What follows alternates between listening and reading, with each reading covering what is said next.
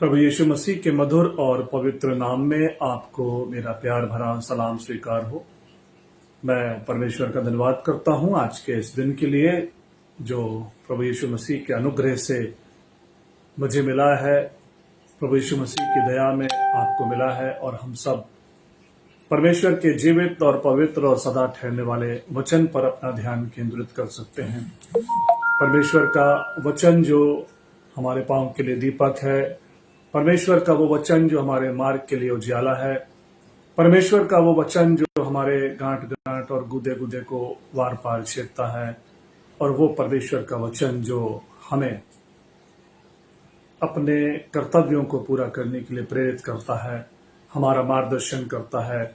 और कुल मिलाकर कहे कि परमेश्वर का वचन यदि कुछ है तो वो हमारे लिए सब कुछ है।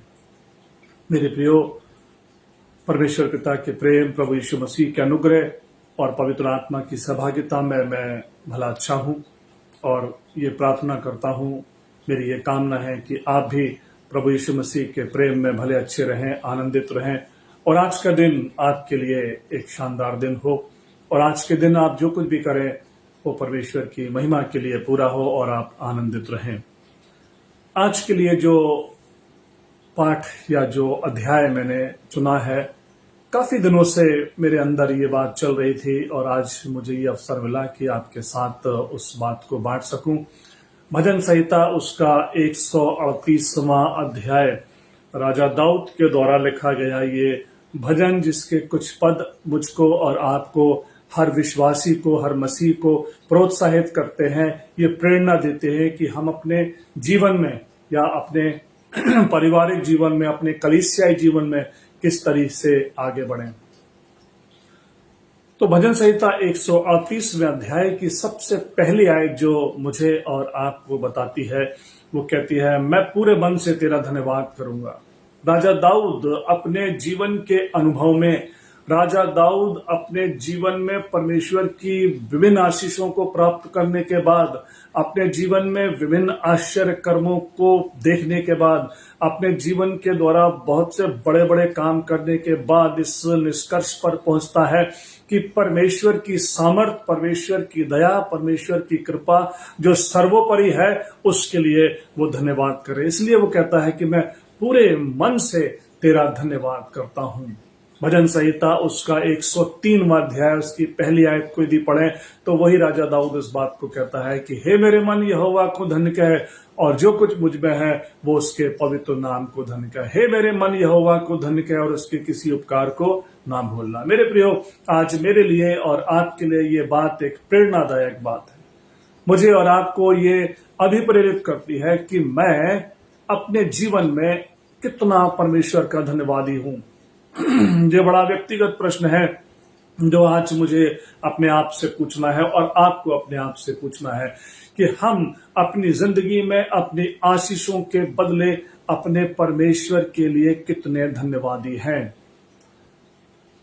एक प्रश्न मेरे सामने आता है, एक प्रश्न हम सब के लिए है कि हम किन किन बातों के लिए अपने परमेश्वर का धन्यवाद करें। तो उत्तर में मेरे प्रियो, मुझको परमेश्वर के वचन की ओर से यह मिलता है कि हम किस बात के लिए परमेश्वर का धन्यवाद ना करें, क्योंकि सब कुछ उसने हमको दिया है। ये सांसें, ये भोजन, ये वस्त्र, ये निवास, सब कुछ परमेश्वर का वचन कहता है कि जवान सिंहों को तो कमी होती है और वो भूखे भी रह जाते हैं, लेकिन यहोवा के डरवैयों को किसी भी भली वस्तु की घटी नहीं होने देती। और आज परमेश्वर ने मुझे और आपको किसी भी भली वस्तु की घटी में जीने नहीं दिया। आज परमेश्वर ने मुझे और आपको हर प्रकार की उन आशीषों से भरपूर किया है जो शायद जिसके योग्य हम थे भी नहीं। तो क्यों ना मैं और आप परमेश्वर का धन्यवाद करें। राजा दाऊद कहता है, मैं पूरे मन से परमेश्वर का धन्यवाद करूंगा, मैं पूरे मन से हे यहोवा तेरा धन्यवाद करूंगा। आज मेरे लिए ये आवश्यक है कि मैं अपने संपूर्ण से, अपने मन से यहोवा का धन्यवाद करूं। किसी भी पल, किसी भी क्षण मैं चूक ना जाऊं परमेश्वर को धन्यवाद की भेंट चढ़ाने से, क्योंकि परमेश्वर का वचन कहता है, धन्यवाद की भेंट चढ़ाने वाला मेरी महिमा करता है। आप कितने भजन गाते हैं, आप कितना कीर्तन करते हैं, आप कितनी सेवा करते हैं, आप कितनी आराधनालय में जाते हैं, कितना सब कुछ क्यों ना करते हो, लेकिन परमेश्वर का वचन कहता है सर्वोपरि बात यह है कि जो धन्यवाद की भेंटें चढ़ाता है वो मेरी महिमा करता है। कहता है कि देवताओं के सामने भी मैं तेरा धन भजन गाऊंगा, देवताओं के सामने भी मैं तेरा भजन गाऊंगा। आज मुझको, मैं अपने आप से पूछता हूं कितना मैं भजन गाता हूं अपने परमेश्वर का उन लोगों के सामने जो शायद यहोवा परमेश्वर को नहीं जानते। हाँ, हम आराधनालय में जाकर परमेश्वर का भजन गाते हैं, हम कन्वेंशंस में जाकर परमेश्वर का भजन गाते हैं, हम किसी व्यवस्थित या योजनाबद्ध तरीके की आराधनाओं में परमेश्वर का भजन गाते हैं, उसकी स्तुति महिमा करते हैं। हम अपने घर में, अपने बाथरूम में जाकर परमेश्वर का भजन करते हैं। लेकिन यहाँ प्रश्न है कि कहता है देवताओं के सामने मैं भी तेरा धन्यवाद करूंगा, मैं तेरा भजन गाऊंगा, वहां भी तेरा भजन गाऊंगा। मेरे प्रिय भाइयों बहनों, क्योंकि देखिए दूसरी आयत में लिखा हुआ है तेरी करुणा और सच्चाई के कारण मैं तेरे नाम का धन्यवाद करूंगा। तेरी करुणा और सच्चाई के कारण आज मेरी जिंदगी में जो कुछ भी है वो किस बात का फल है, वो किस बात का नतीजा है? क्या मेरी योग्यता है कुछ कि मैं कुछ प्राप्त करूं? क्या मैं किसी भी कारणवश इस योग्य हूं कि मुझको कुछ मिले?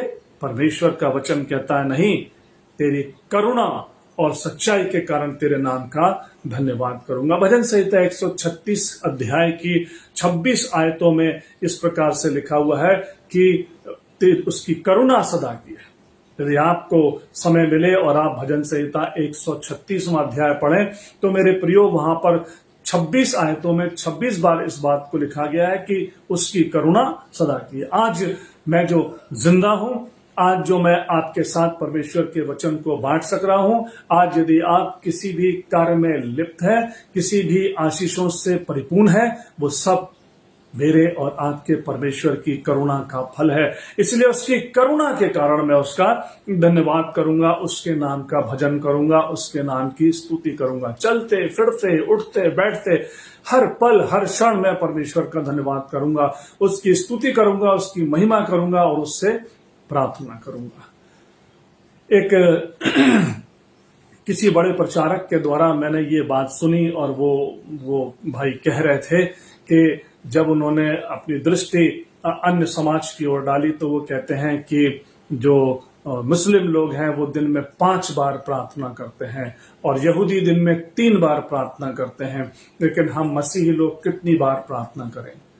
मेरे प्रियो, निष्कर्ष ये निकलता है हर पल हर क्षण हम यहोवा परमेश्वर को धन्यवाद करें, उससे प्रार्थना करने में लगे रहें, उसकी महिमा करने में लगे रहें, उससे जुड़े रहें। चाहे हम किसी भी परिस्थिति में क्यों ना हो, चाहे हम किसी भी प्रकार की कठिनाइयों से होकर के गुजर रहे हों, तो भी हम परमेश्वर का धन्यवाद करते रहें।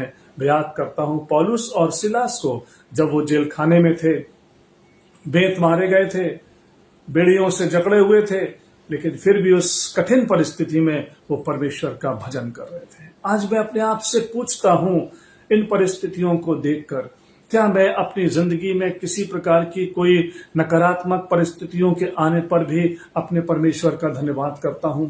क्या मैं अपनी जिंदगी में किसी भी प्रकार की कोई कठिनाइयों का सामना करते हुए भी परमेश्वर का धन्यवाद करता हूं? आज मुझे करना है, आज आपको करना है। हम जितना परमेश्वर का धन्यवाद करें वो कम है। आगे कहता है राजा दाऊद 3री आयत में कि जिस दिन मैंने पुकारा उसी दिन तूने मेरी सुन ली। जिस दिन मैंने पुकारा उसी दिन तूने मेरी सुन ली। मेरे प्रिय भाइयों बहनों, मेरे आदरणीय जनों, प्रभु यीशु मसीह के पवित्र दासों, आज मेरे लिए और आपके लिए ये बात है। बहुत बार हम सोचते हैं कि परमेश्वर हमारी प्रार्थना को नहीं सुन रहा। बहुत बार हम सोचते हैं कि शायद हमारी प्रार्थना परमेश्वर के सिंहासन तक नहीं पहुंची। बहुत बार हम सोचते हैं कि हमारी प्रार्थना कबूल नहीं की जा रही है। लेकिन राजा दाऊद जिस बात को कहता है, आज वो मेरे लिए, आपके लिए एक प्रेरणा का स्रोत है कि जिस दिन मैंने पुकारा, जिस दिन मेरे प्रिय भाई, जिस दिन मेरी प्रिय बहन आपने पुकारा है, परमेश्वर ने आपकी प्रार्थना को सुन लिया है, परमेश्वर ने आपकी प्रार्थना को स्वीकार कर लिया है। अब इंतजार कीजिए उसके ठहराए हुए समय का कि कब वो आपके लिए उत्तर भेजता है, क्योंकि वो मेरी आवश्यकताओं को मुझसे बेहतर जानता है। मेरे लिए वो कब पूर्ति करेगा, मुझसे बेहतर वो जानता है और अपने ठहराए हुए समय का वो इंतजार करके मेरे लिए और आपके लिए वो सब कुछ उपलब्ध कराता है। मैं धीरज से उसकी बाट जोता रहा, मैं धीरज से उसकी बाट। धीरज मेरी और आपकी जिंदगी में परमेश्वर की ओर से लाया जाने वाला, परमेश्वर की ओर से रखा जाने वाला एक आशीष का कारण है। मेरे प्रिय भाइयों बहनों, जिस दिन मैंने पुकारा उस दिन मेरी सुन ली। आगे मैं देखता हूं 6वीं आयत में, यद्यपि यहोवा महान है तो भी वो नम्र मनुष्य की ओर दृष्टि करता है। यहोवा परमेश्वर महान है, उसकी महानता का वर्णन आकाश परमेश्वर की महिमा कर रहा है और आकाश मंडल उसकी हस्तकला का वर्णन कर रहा है। दिन से दिन बातें करता है और रात को रात ज्ञान सिखाती है। ना कोई बोली ना कोई भाषा जहां उसका शब्द ना। परमेश्वर की महानता का वर्णन कैसे करेंगे? ये चांद, तारे, सूरज, पृथ्वी, पेड़ पौधे सब परमेश्वर की महिमा का बयान कर रहे हैं, उसका बखान कर रहे हैं। तो वो परमेश्वर क्या क्या है? वो क्या कहता है? वो नम्र मनुष्य की ओर दृष्टि करता है, वो नम्र मनुष्य की ओर दृष्टि करता है। मेरे प्रिय भाइयों बहनों, आज परमेश्वर के वचन के द्वारा मुझको और आपको ये सीख लेने की जरूरत है, ये स्वीकार करने की जरूरत है कि परमेश्वर नम्र लोगों की ओर अपनी दृष्टि करता है। आज आप सोचते हो कि आपकी जिंदगी में बहुत सी बुराइयां हैं। शायद आप सोचते हो कि शैतान के द्वारा लाई गई अभिलाषाओं में फंसकर आप बहुत सी निर्बलताओं में पड़ गए। हो सकता है कि हम ये सोचते हो कि आज हमने अपनी जिंदगी में बहुत से बुरे काम, गंदे काम करके अपने आप को परमेश्वर से दूर कर लिया है। अब परमेश्वर हमारी प्रार्थना नहीं सुनेगा। लेकिन परमेश्वर का वचन मुझे और आपको बताता है कि टूटा हुआ हृदय परमेश्वर को ग्रहण योग्य बलिदान है। परमेश्वर टूटे और पिसे हुए मन को कभी भी तुच्छ नहीं जानता। आज अपने आप को नम्र करके, आज अपने आप को टूटा हुआ हृदय लेकर परमेश्वर के पास आए, क्योंकि परमेश्वर तो महान है लेकिन वो नम्र लोगों की ओर अपनी दृष्टि करता है। परंतु क्या लिखा हुआ है? परंतु अहंकारियों से वो दूर से पहचान लेता है। अरे परमेश्वर का वचन कहता है कि मनुष्य तो बाहर का रूप देखता है लेकिन परमेश्वर की दृष्टि हमारे मन पर लगी रहती है। परमेश्वर हमारे मन को जांचने वाला परमेश्वर है। परमेश्वर हमारे हृदय को पहचानने वाला परमेश्वर है और हमारी अंत स्थिति को वो बहुत भली प्रकार से जानता है। मैं कितना नम्र हूं या कितना अहंकारी हूं, परमेश्वर से कभी छुपा नहीं है। बहुत बार हम अपने आप को कृत्रिम रूप से मनुष्यों के सामने नम्र करके प्रस्तुत कर देते हैं। बोली में करुणानाद, चेहरे पर किसी प्रकार का भोलापन। मेरे प्रियो, ये सारी बातें नम्रता का सूचक नहीं है। हम कितनी बार अपने लोगों के सामने, अपने अधिकारियों के सामने जाकर उनको प्रसन्न करने के लिए अपनी बोली में कुछ करुणा लेकर के आते हैं, आर्टिफिशियली, कृत्रिम रूप से अपने आप को प्रस्तुत करते हैं। परमेश्वर हर एक परिस्थिति को, हर एक व्यवहार को जानता है। क्या कहता है? अहंकारी को दूरी से पहचान लेता है। परमेश्वर के वचन के अनुसार मैं इस बात को कह सकता हूं कि जब कभी भी मैं अपने आप को कृत्रिम रूप से नम्र बनाता हूं, जब मैं अपने आप को आर्टिफिशियली किसी प्रकार हम्बल बनाता हूं, इसका मतलब यह है कि मैं अहंकारी हूं और मेरा परमेश्वर मेरे अहंकार को पहचानता है और इस कारण बहुत बार मेरी प्रार्थना स्वीकार नहीं होती। सो मेरे प्रियो, आज मेरे लिए और आपके लिए ये शिक्षा भरी बात है, हमारे लिए ये प्रेरणा की बात है कि हम अपने आप को परमेश्वर के चरणों पर दीन और नम्र बनाए। ओरिजिनली टूटा हुआ हृदय, अपने आप में ग्लानि को लेकर नहीं, लेकिन अपने आप में एक पश्चाताप को लेकर परमेश्वर के सामने उपस्थित हो। तुम्हारे पाप चाहे लाल रंग के हो, वो अर्गवानी रंग के क्यों ना हो, वो हिम की नाई श्वेत हो जाएंगे। यदि मैं अपने पापों को मान लूं तो मेरा परमेश्वर, मेरा प्रभु यीशु मसीह मुझे सब पापों से छुड़ाने में विश्वास योग्य और धर्मी है। लेकिन यदि मैं कहूं कि मैंने कोई पाप नहीं किया तो मैं उसे झूठा ठहराता हूं और मुझ में सत्य नहीं। ऐसा परमेश्वर का वचन कि 1 यूहन्ना 1 अध्याय के 10वें आयत में कहता है। मेरे प्रियो, लिखा हुआ है कि नम्र मनुष्य की ओर दृष्टि करता है। और जब परमेश्वर की दृष्टि मुझ पर है और जब परमेश्वर की दृष्टि आप पर है तो हमारा विरोधी क्या कर सकता है?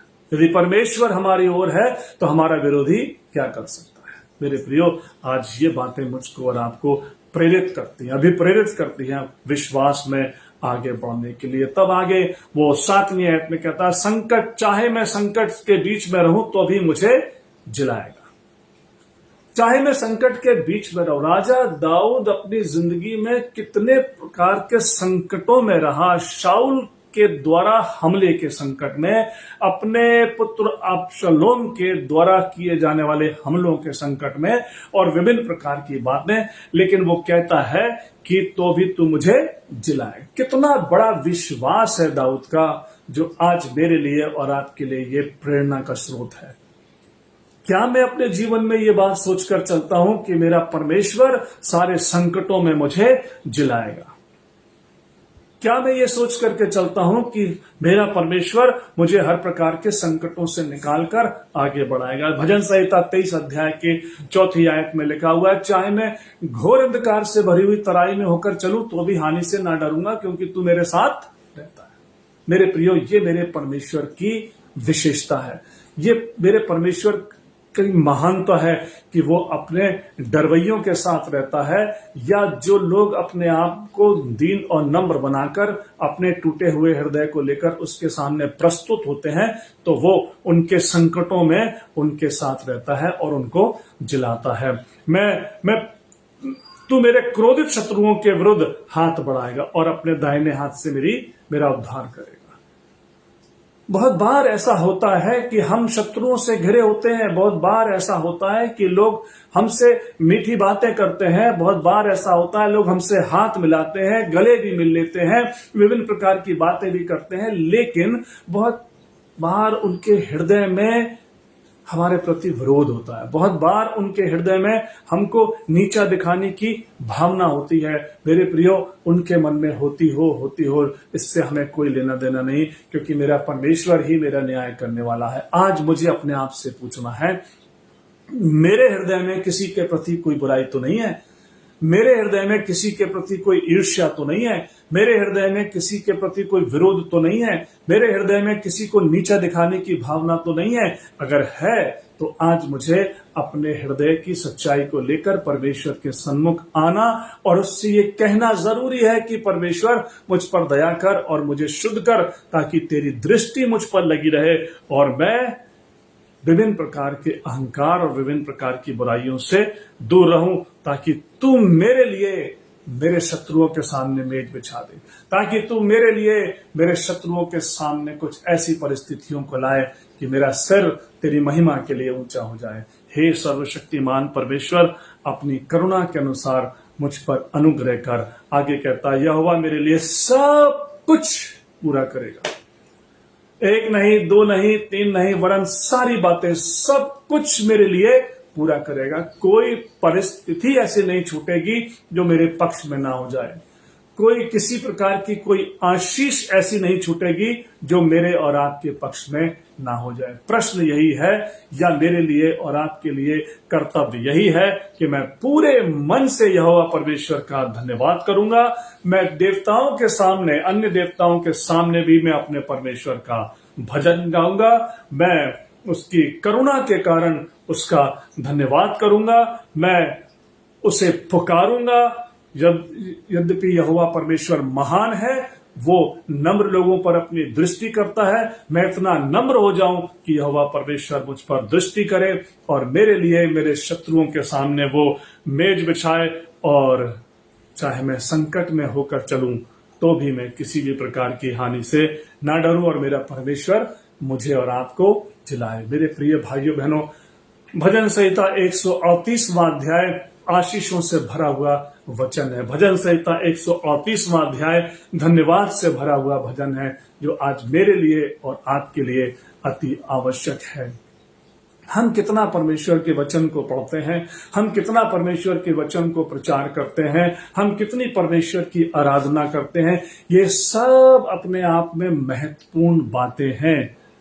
लेकिन अपने जिंदगी में अपने हर पल, अपने हर क्षण, हर एक बातों के लिए अपनी सकारात्मक परिस्थितियों के लिए, अपनी नकारात्मक परिस्थितियों के लिए भी मैं कितना परमेश्वर को धन्यवाद की भेंट चढ़ाता हूं।